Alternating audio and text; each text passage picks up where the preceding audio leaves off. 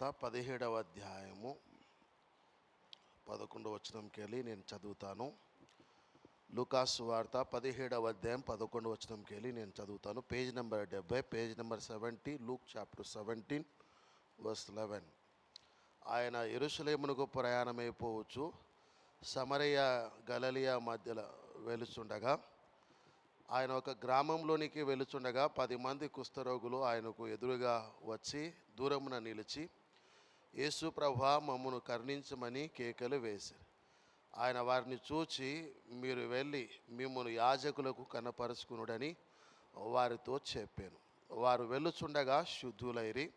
వారిలో ఒకడు తనకు స్వస్థత కలుగుట చూచి గొప్ప శబ్దముతో దేవుని మహిమపరచుచు తిరిగి వచ్చి ఆయనకు కృతజ్ఞతాస్తుతులు చెల్లించుచు ఆయన పాదముల యొద్ద సాగిలపడెను. వాడు సమరయుడు.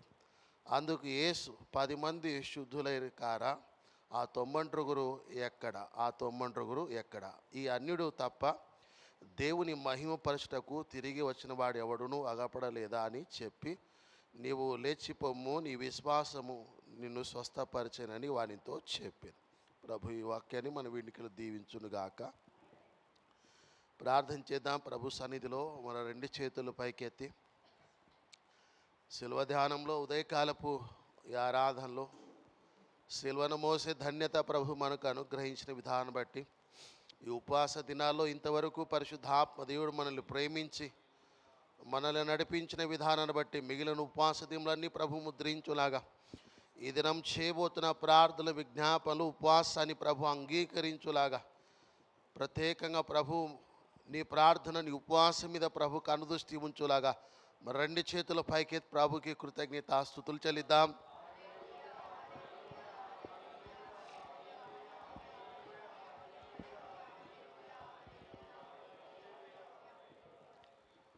ప్రార్థన. ఆశ్చర్యకరుడా, మీకు స్తోత్రాలు తండ్రి. జీవాధిపతి, మీ నామానికి మహిమ చెల్లిస్తున్నాం ప్రభా. ఉదయకాలపు తండ్రి శిలువ ధ్యానంలో మరొక ఉదయకాలపునైనా నీ పాదాల చెంత గడుపుటకు, విజ్ఞాపనలు ప్రార్థనలు చేయుటకునైనా, ఉపవాసం ఉండుటకు మీరు చూపిన కృపకై నేను స్తుతిస్తున్నాం. గడిచిన ఉపవాస దినములన్నీ మీరు ముద్రించి ఉపవాసం ఉండుటకునైనా చూపిన కృపకై నేను స్తుతిస్తున్నాం ప్రభా.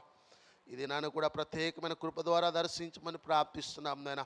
ఈ దినం తండ్రి నీ బిడ్డలు ఉపవాసం ఉంటుండగా వారు చేస్తున్న ప్రార్థనలు విజ్ఞాపనలన్నీ ఆలకించి అంగీకరించి ప్రతిఫలం దయచేయమని ప్రార్థిస్తున్నాం. బలపరచని ప్రభా, ఆత్మతో నింపమని ప్రార్థిస్తున్నాం తండ్రి. ఉదయకాలపైన విత్తబడిన వాక్యాన్ని మీరు ముద్రించి సంఘానికి సరిపడే సంయోచితమైన వాక్కు ద్వారా మీరు మాట్లాడి మీ నామానికి మహిమ తెచ్చుకోమని యేసు నామములో ప్రార్థిస్తున్నాము తండ్రి. చెప్దామా? ఆమేన్. హల్లెలూయా. రైట్, కూర్చుందాం. Praise the Lord. హల్లెలూయా. చెప్దాం హల్లెలూయా. రైట్, వాక్య ధ్యానంలోకి వెళ్దాం. పరిశుద్ధ గ్రంథముల నుండి లూకాసు వార్త 17వ అధ్యాయము 11వ వచనంకి వెళ్ళి మనం 19 వచనాల వరకు చదువుకున్న ఈ భాగంలో యేసు ప్రభువారు ఒక ప్రాంతానికి వెళుచుండగా, ఆ ప్రాంతంలో ఒక గ్రామానికి వెళ్ళినప్పుడు 10 మంది కుష్ఠరోగులు యేసు ప్రభువుని ఎదుర్కొని నిలిచి ఉన్నారు. వారు 13వ వచనంలో, యేసు ప్రభువా, మమ్మను కరుణించమని కేకలు వేశారు. ఆయన వారిని చూచి, మీరు వెళ్ళి మీ దేహమును యాజకులకి కనపరుచుకుడని చెప్పాడు. వారు వెళుచుండగా వారు శుద్ధులయ్యారు. ఆ విషయాన్ని వారు గమనించి ఆ 10 మంది ఏం చేశారంటే, 10 మందిలో 9 మంది వారి ఇళ్ళకి వెళ్ళిపోయారు. ఒకడు తిరిగి వచ్చి ఆయనకి సాగిలపడి ఆయనకి కృతజ్ఞతాస్తుతులు చెల్లించాడు. అప్పుడు యేసు ఏమన్నారంటే, మిగిలిన ఆ 90 ఎక్కడ? ఆ 90 ఎక్కడ అంటే 9 మంది ఎక్కడ ఉన్నారు అని ప్రభు ఒక ప్రశ్న వేస్తున్నాడు. అక్కడ అండర్లైన్ చేసుకోండి. ఆ 90 ఎక్కడ? చెప్పండి. ఇది మళ్ళీ ఒకసారి చెప్పండి. ఆ 90 ఎక్కడ అని ప్రభు వారిని అడుగుతున్నారు. ఈ భాగాన్ని మనము ఆలోచన చేస్తే ఈ భాగంలో మనకు కనబడుతున్న ప్రాముఖ్యమైన సంగతి ఏంటంటే, ఆ ఒక్కడు వచ్చి చూడండి దేవుని మహిమపరిచాడు. ఆ ప్రభు ఆ 10 మంది శుద్ధులైనప్పుడు ప్రభువారు ఏమంటున్నారంటే, ఆ 90 అంటే 9 మంది ఎక్కడ ఉన్నారు అని ప్రభు అడుగుతున్నాడు. ఇక్కడ మన అంశం ఇవాళ గమనించండి. 9 అనే సంఖ్యలో ఈ 9 అనే సంఖ్య ఏమనకు సూచిస్తుంది అనే విషయాన్ని జ్ఞాపకం చేస్తే, ఆ 9 అనే సంఖ్య ఏం చెప్తుందంటే దేవుని మహిమ పరచాలని చెప్తుంది. చెప్పండి, ఏం చేయాలి? దేవుని మహిమ పరచాలి. దేవుడు అదే కోరుకుంటున్నాడు. ఇక్కడ గమనించండి, 10 మంది కుష్ఠరోగులు ఏమారంటే శుద్ధిపరచబడ్డారు, శుద్ధి చేయబడ్డారు. ఆ 10 మంది శుద్ధి అయినప్పుడు వారు మార్గంలో వెలుచుండగా అంటే ప్రభు దగ్గరికి వచ్చారు. యేసు ప్రభు దగ్గరికి వచ్చినప్పుడు వాళ్ళు స్వస్థపరచమని కోరినప్పుడు ప్రభు ఏమన్నారంటే, మీరు వెళ్ళి మీ దేహాన్ని యాజకులకి కనపరచుకోడు అని చెప్పాడు. అంటే అర్థం ఏంటి? యాజకులకి కనపరచుకోడు అంటే కనిపించండి అని చెప్పాడు. అంటే అర్థం ఏంటి?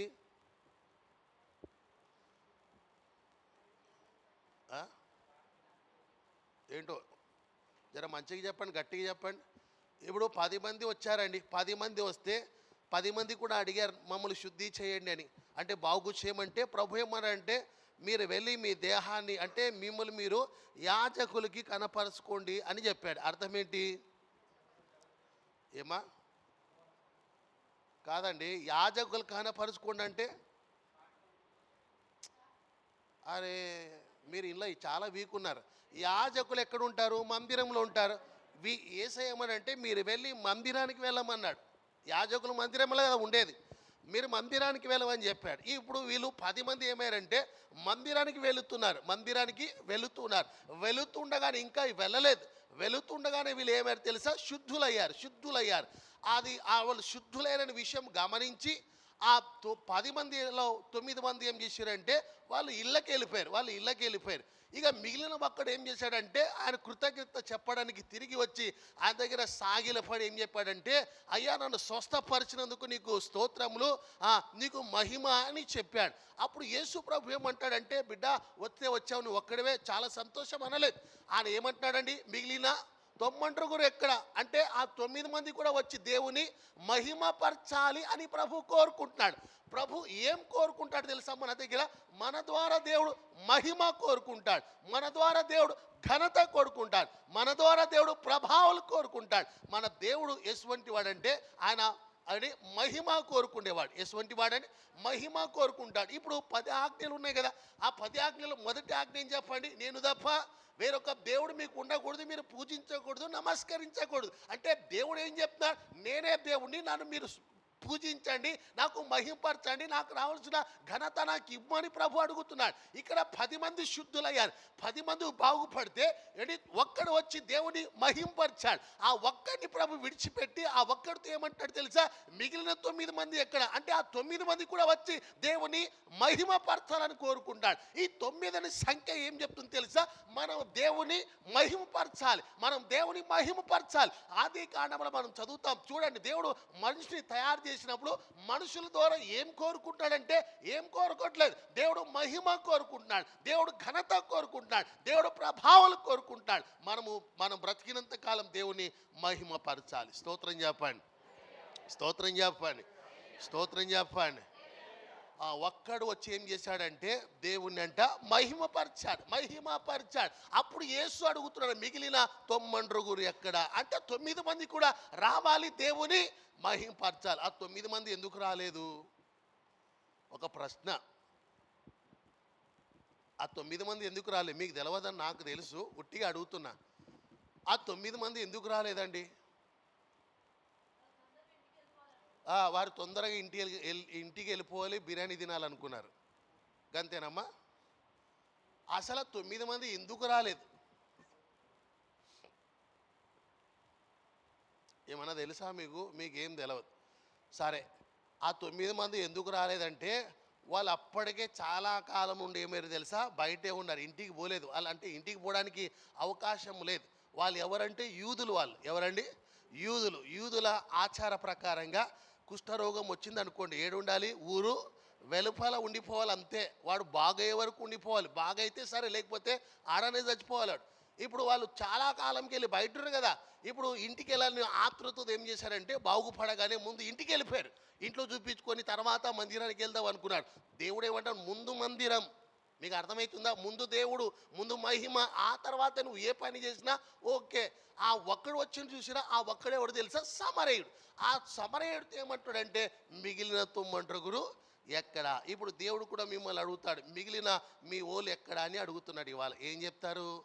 మందిరానికి ఎందుకు రాలేదు మీ ఓళ్ళు అని ప్రభు అడుగుతున్నాడు. ఏం చెప్తారు దీనికి?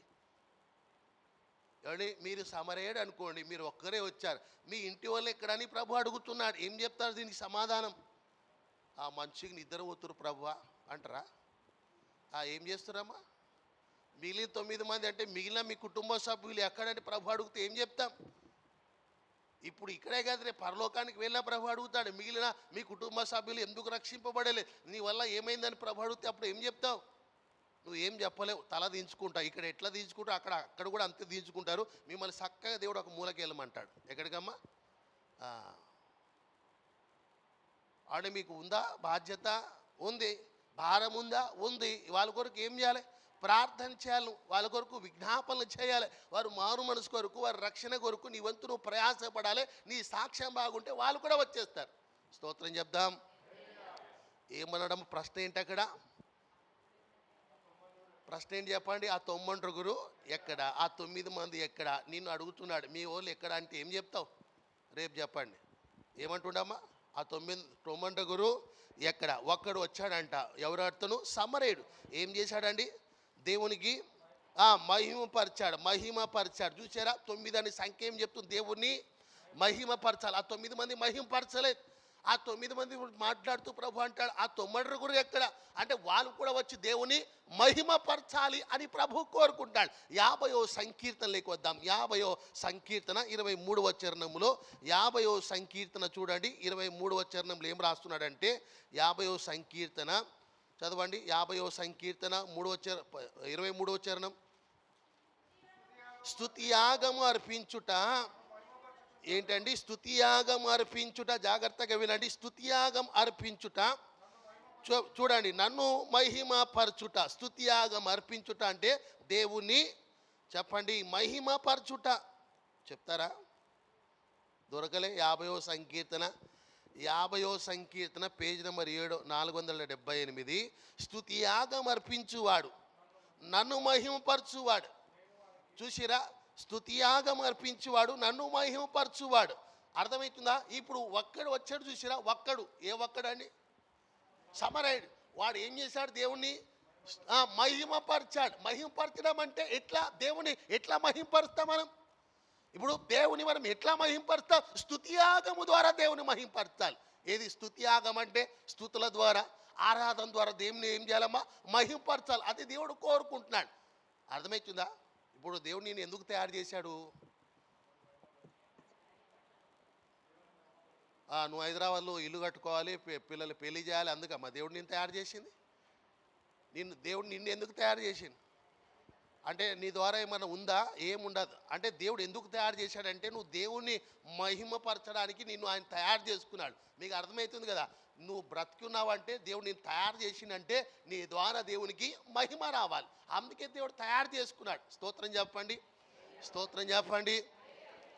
ఇప్పుడు ఇక్కడికి వెళ్ళి మనం వెళ్ళిపోతాం కదమ్మా. వెళ్ళిపోతామంటే ఇళ్ళకి కాదు, పైకి వెళ్ళాక ఏం పని ఉంటుంది మనకి?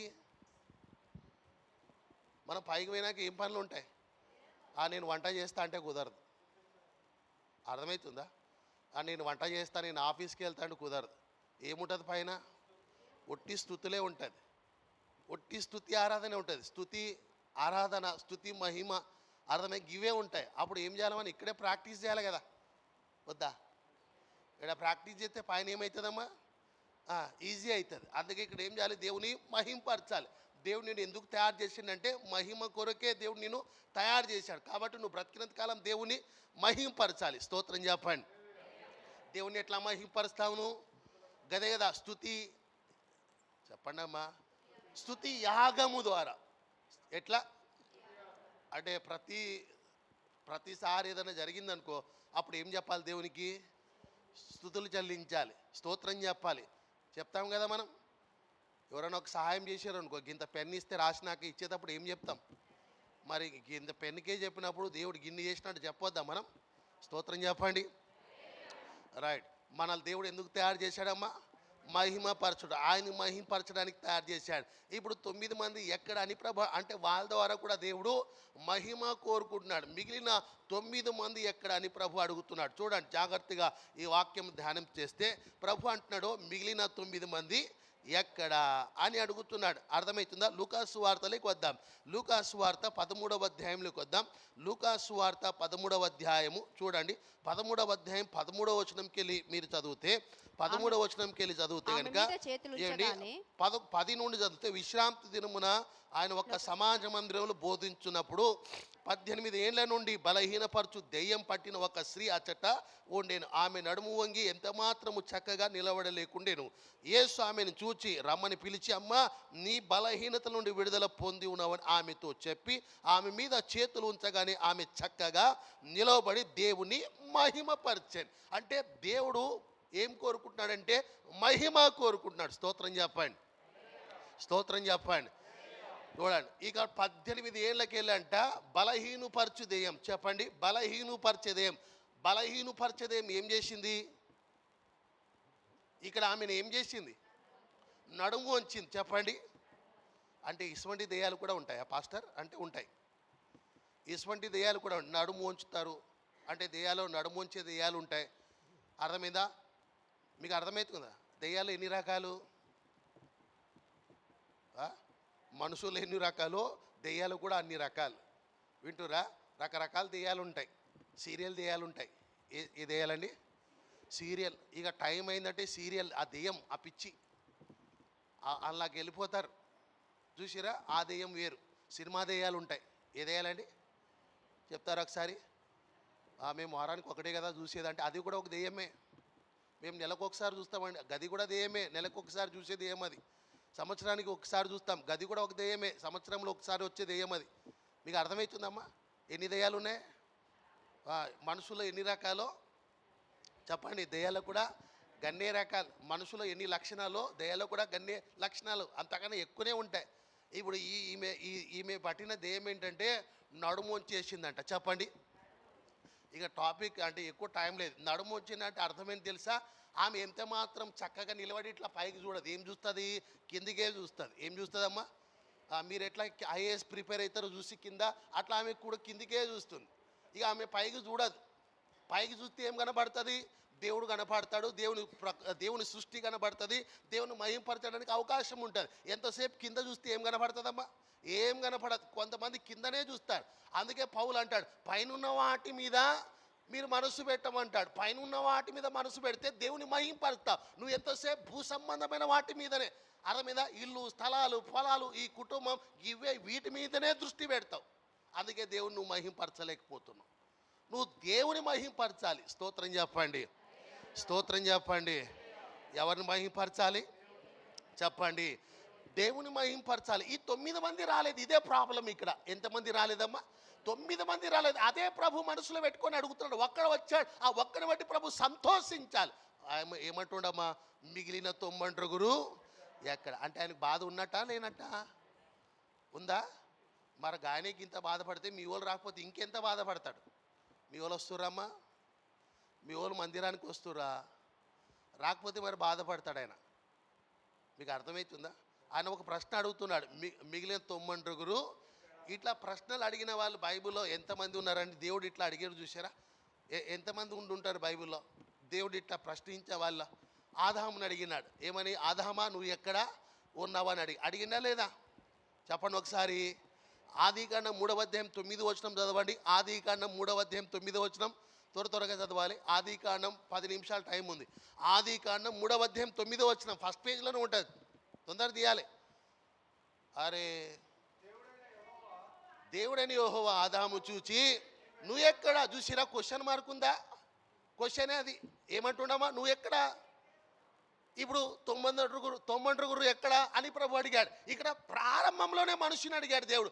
ఆదామా నువ్వు ఎక్కడ? ఆదాము ఎందుకు ఎక్కడ అని ప్రభు అడిగాడంటే ఆదాము దేవుని దృష్టిలో తప్పు చేసి పాపం చేసి దాక్కున్నాడు. చూసిరా? నువ్వు దాక్కుంటే పాపం చేస్తే దేవుని ముంగట నువ్వు నిలబడలేవు, దేవుని మహిమపరచలేవు.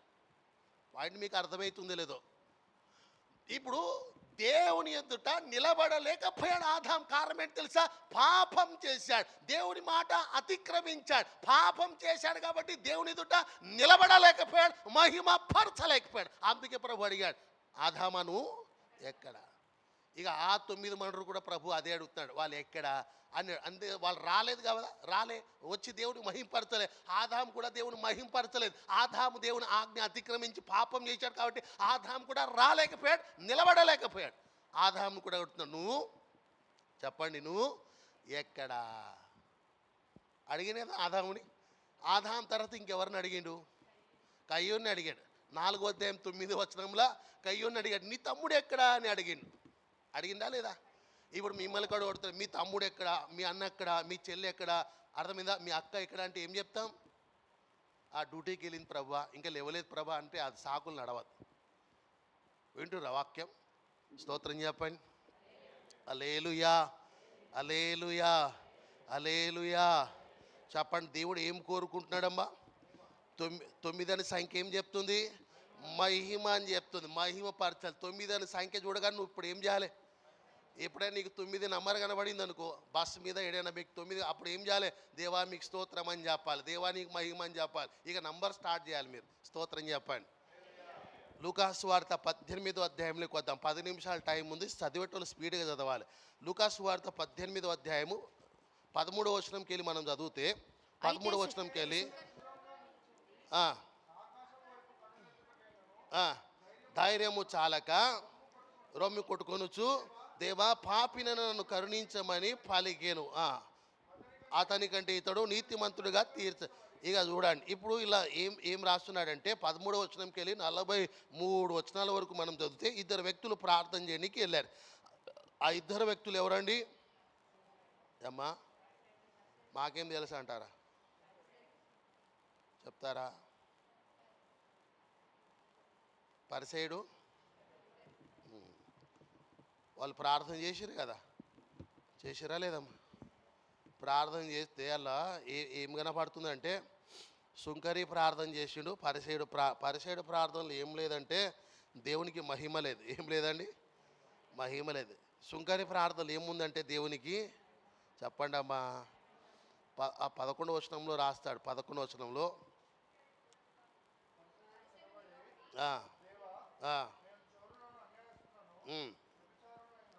ఇతర మనుషులనే కాక ఈ సుంకరి వలన ఉండనందుకు నీ కృతజ్ఞత స్తుతులు చలి ఈ ప్రార్థన చేసింది. ఈ ప్రార్థనలు ఏం లేదంటే ఏమ్మా దేవునికి మహిమ లేదు. మరి ఎవరికి ఉంది? వాడు వాడే హానర్ చేసుకున్నాడు, వాడే ఘనపరుచుకున్నాడు. అర్థమవుతుందా? ఇక మిగిలిన ఒకడు ఉన్నాడు, ఎవరు? సుంకరి. ఆయన ఏం చేసినమ్మా?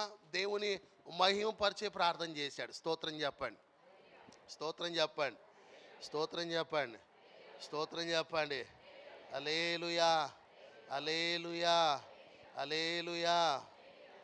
ఒక ప్రశ్న ఉంది, ఏంటమ్మా అది? మిగిలిన 90 ఉంటుందా? మనసులో ఉంటుందా? దాని మీదనే ఇప్పుడు టాపిక్. ఒక 10 నిమిషాలు టైం ఉంది. ప్రశ్న ఏంటి చెప్పండి? మిగిలిన ఇక ప్రశ్న ఉంది కదా, అది ఆ ప్రశ్నను పట్టుకుని వాక్యంలోకి వెళ్దాం. ఇప్పుడు వాక్యంలోకి వెళ్దాం. ఇంకా చాలా పాయింట్స్ ఉన్నాయి కానీ టైం లేదు. చూద్దాం. రూతు గ్రంథం 2వ అధ్యాయంలోకి వద్దాం. రూతు గ్రంథం 2వ అధ్యాయము. రూతు గ్రంథం న్యాయాధిపతుల గ్రంథం తర్వాత ఆ లైన్లా. రూతు గ్రంథం 2వ అధ్యాయము 19వ వచనం చూడండి. 19వ వచనంలో 19వ వచనం. అంతటా ఆమె అత్త ఆమెతో, నీవు ఎక్కడ ఏరుకుంటేవి? చాలు. క్వశ్చన్ మార్క్ ఉందమ్మా, ఉందా లేదా? గట్టి చెప్పండి. ఉంది, క్వశ్చన్ మార్క్ ఉంది. ఏం క్వశ్చన్ మార్క్ అని చెప్పండి? అత్త అడుగుతుంది కోడల్ని, ఏమని? నువ్వు ఎక్కడ ఏరుకున్నావు అంటే పరిగె ఎక్కడ ఏరుకున్నావు అని ప్రశ్న అడిగింది. అర్థమవుతుందా? ఎక్కడనే ఉంది కదా, ఉందా లేదా? ఉంది. ఏమన్నదమ్మా? వాళ్ళ అత్త. అంటే అత్త ఎవరమ్మా? నయోమి. కోడలు ఎవరు? రూతు. అర్థమవుతుందా మీకు? మీకు తెలుసు కదా ఈ స్టోరీ అంతా. అత్త ఎవరమ్మా? నయోమి. కోడలు రూతు. ఇప్పుడు అత్త నయోమి అడుగుతుంది ఎవరిని? కోడలు రూతుని. ఏమని అడుగుతుంది? చదవండి 19వ వచనం. అంతటా ఆమె అత్త, నువ్వు నేడు నువ్వు ఎక్కడ ఏరుకుంటేవి, ఎక్కడ పని చేసితివి. క్వశ్చన్ మార్క్ ఉన్నాయి కదమ్మా, ఉన్నాయి కదా. ఎక్కడ అని అడుగుతుంది, ఎక్కడ పని చేసావు, ఎక్కడ ఏరుకున్నావు అని అడుగుతూ ఉంది. జాగ్రత్తగా వినండి. ఇలా ఒక్క పాయింట్ చెప్తా, టైం లేదు కాబట్టి కరెక్ట్ ఒక్క పాయింటే చెప్తా. చాలా ఉన్నాయి, ఇలా చాలా విషయాలు ఉన్నాయి. ఒక్క పాయింట్ 9 అనే సంఖ్య ఏం చెప్తుంది ఫస్ట్ అది చెప్పండి. దేవుని మహిమ. 9 కనపడగానే ఎప్పుడైనా ఎక్కడైనా ఏం చేయాలంటే 1 నిమిషం దేవునికి మహిమ చెల్లించాలి. స్తోత్రం చెప్పండి, స్తోత్రం చెప్పండి, స్తోత్రం చెప్పండి. రైట్. అందులో ప్రభు 10 మంది శుద్ధులు చేస్తే దేవుడు 10 మందిని స్వస్థపరిస్తే ఒకడు వచ్చాడు, మిగిలిన 9 మంది మడు ఎక్కడ అని ప్రభు అడిగాడు. ఎక్కడ అనే అంశంలోకి వెళ్తే చూడండి, అత్త అంటే నయోమి ఎవరితో, రూతుతో చెప్తుంది, నువ్వు ఎక్కడ ఏమండి, నువ్వు ఎక్కడ ఏరుకుంటేవి, నువ్వు ఎక్కడ పని చేసేటివి అని ఒక ప్రశ్న అడిగింది. ఈ ప్రశ్న మీకు తెలుసు కదమ్మా. వీళ్ళు ఏమయ్యారంటే, ఎవరో నయోమి, వీళ్ళు ఏం చేశారంటే తిరిగి వచ్చారు. ఎక్కడికి వెళ్ళి, షాపింగ్కి వెళ్ళి. మరి చెప్పండి అమ్మా, గది కూడా నేనే చెప్పాలా? ఎక్కడికి వెళ్ళి, మోయాబు దేశంకి వెళ్ళి తిరిగి వచ్చారు. చెప్పండి, ఏం సంపాదించారు? విల్లానా? ఏం లేదు, ఏం లేదు. అర్థమైందా? ఏదో వెళ్ళిరు పాప, సంపాదిద్దాం చేద్దామని వైరు, కానీ ఏం సంపాదించలేదు. వింటురా? దైవ చిత్తం లేకుండా మనం ఏం సంపాదించలేం, ఏడిపోయినా సక్సెస్ కాం. వీళ్ళు వద్దంటే వీళ్ళు వెళ్ళిపోయారు, వద్దంటే వెళ్ళిపోయారు. అసలు వెళ్ళొచ్చమ్మా? బెత్లెహేం అంటే ఏం చెప్పండి? రొట్టెల గృహం. దేవుని సన్నిధి విడిచిపెట్టి ఏదో పని చేద్దాం, అర్థమవుతుందా? మన విల్లా కొందాం, డూప్లెక్స్ కొందాం, ట్రిపులెక్స్ కొందాం అని వెళ్ళిర్రు. ఉన్నదంతా పోగొట్టుకురు. తిరిగి వచ్చి రాగానే ఇక పని లేవు కదా, కోడల్ని పనికి పంపింది. ఎవరు? అబ్బా, ఇవన్నీ బాగా తెలుసు. పనికి పంపారు. ఈమె పనికి వెళ్ళిపోయింది. పనికి వెళ్తే ఈమె అడుగుతుంది, ఎక్కడ ఏమా నువ్వు ఎక్కడ నువ్వు ఎక్కడ ఏరుకుంటేవి అంటే పరిగి ఏడుకున్నావు, నువ్వు ఎక్కడ పని చేసేటివి అని అత్త ఎవరితో అమ్మా? నయోమితో చెప్తుంది. ఇప్పుడు ఈ భాగం మీరు చూడండి, సందర్భం మీకు అర్థమైంది కదా. 2వ అధ్యాయం 2వ వచనం చదవండి. 2వ అధ్యాయం 2వ వచనం. మోయాబీరాలైన రూతు నీ సెలవైన ఎడల నేను పొలంలోనికి పోయి వారి వెనక నేను పరిగె ఏరుకుందని నయోమితో చెప్పగా ఆమె నాకు మరి పొమ్మని చెప్పాను. ఇప్పుడు చూడండి, అడుగుతుంది కదా, ఏమని? పనికి వెళ్తా, పొలంలో పనికి వెళ్తా అంటే అడిగిందా లేదా? అంటే మంచి కోడలే, అడిగేసి వెళ్తుంది. వెళ్తుందమ్మా. కొంతమంది కోడలు ఉంటారు, ఎట్లా అడగకుండానే వెళ్ళిపోతారు. ఈమె అడిగి వెళ్ళిపోయింది. ఎంత మంచిదో. స్తోత్రం చెప్పండి, స్తోత్రం చెప్పండి.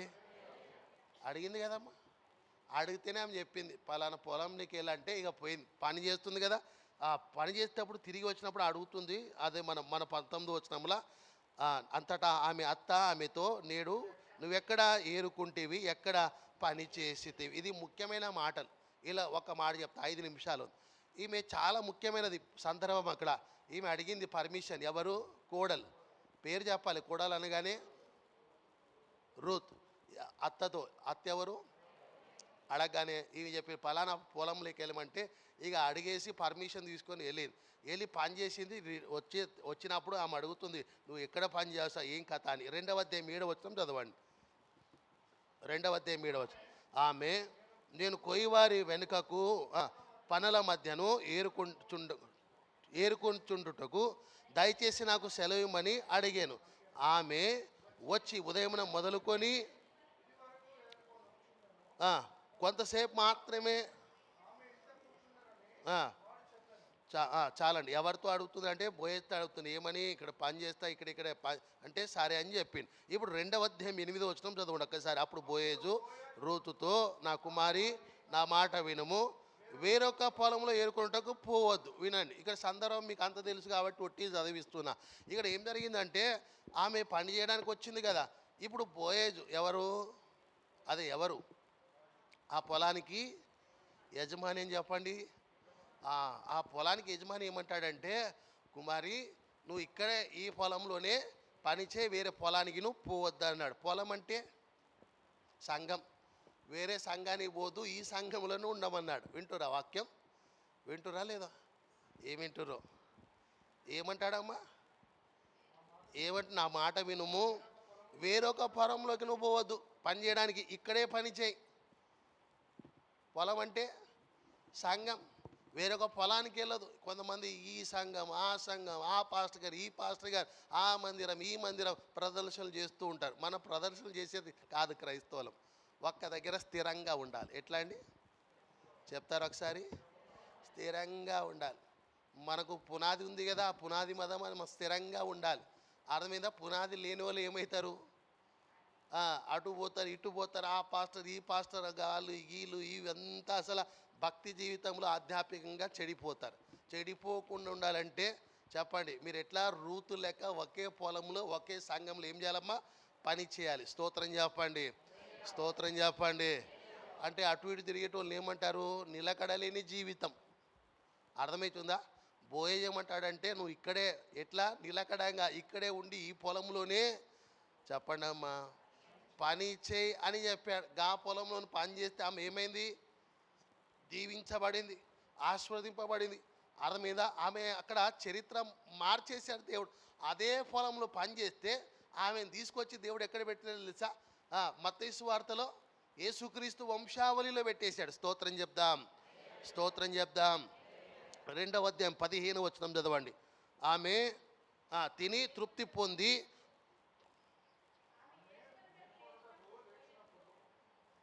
చదవండి, సారీ. ఆమె లేచినప్పుడు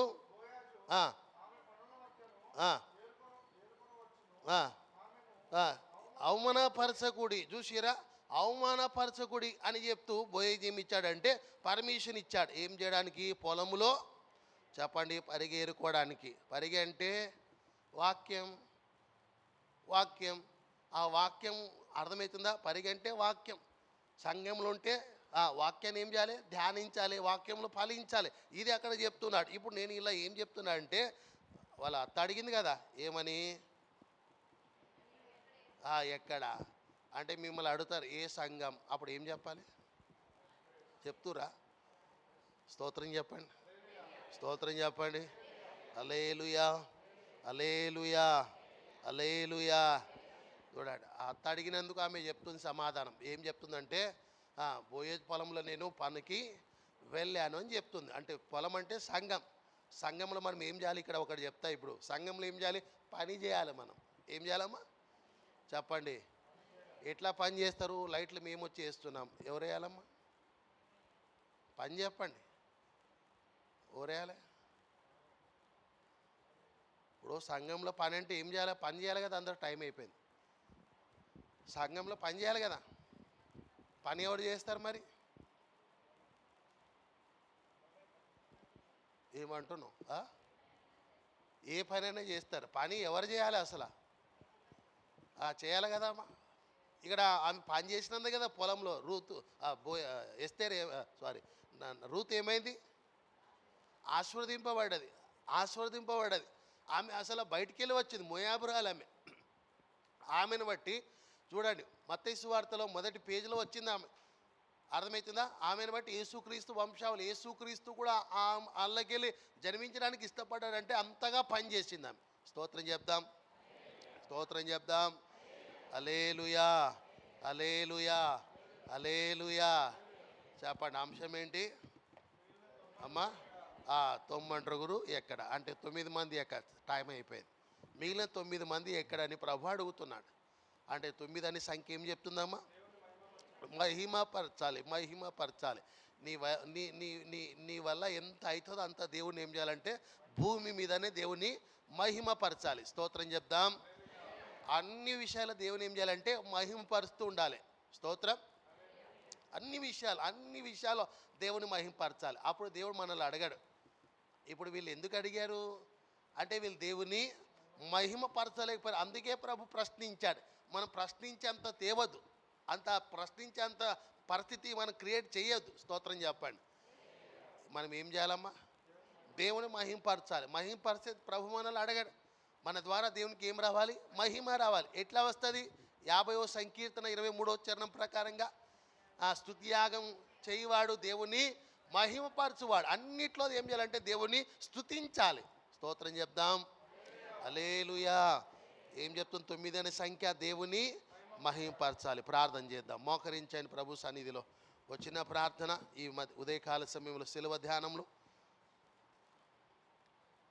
ప్రభు పాదాల చెంత గడుపుటకు ప్రభు చూపిన కృపకై ఈ దినం చేయబోతున్న ఉపవాస ప్రార్థనలో ఉపవాసాన్ని మన ప్రార్థన విజ్ఞాపనలన్నీ ప్రభు ముద్రించులాగా, ప్రతిఫలం ఇచ్చులాగా, ఉపవాసం ఉంటున్న బిడ్డలు ప్రభు బలపరచులాగా, శక్తినిచ్చులాగా, బలమిచ్చులాగా 2 చేతులు పైకెత్తి ఒకసారి బిగ్గరగా ప్రభుకి కృతజ్ఞతాస్తుతులు చెల్లిద్దాం.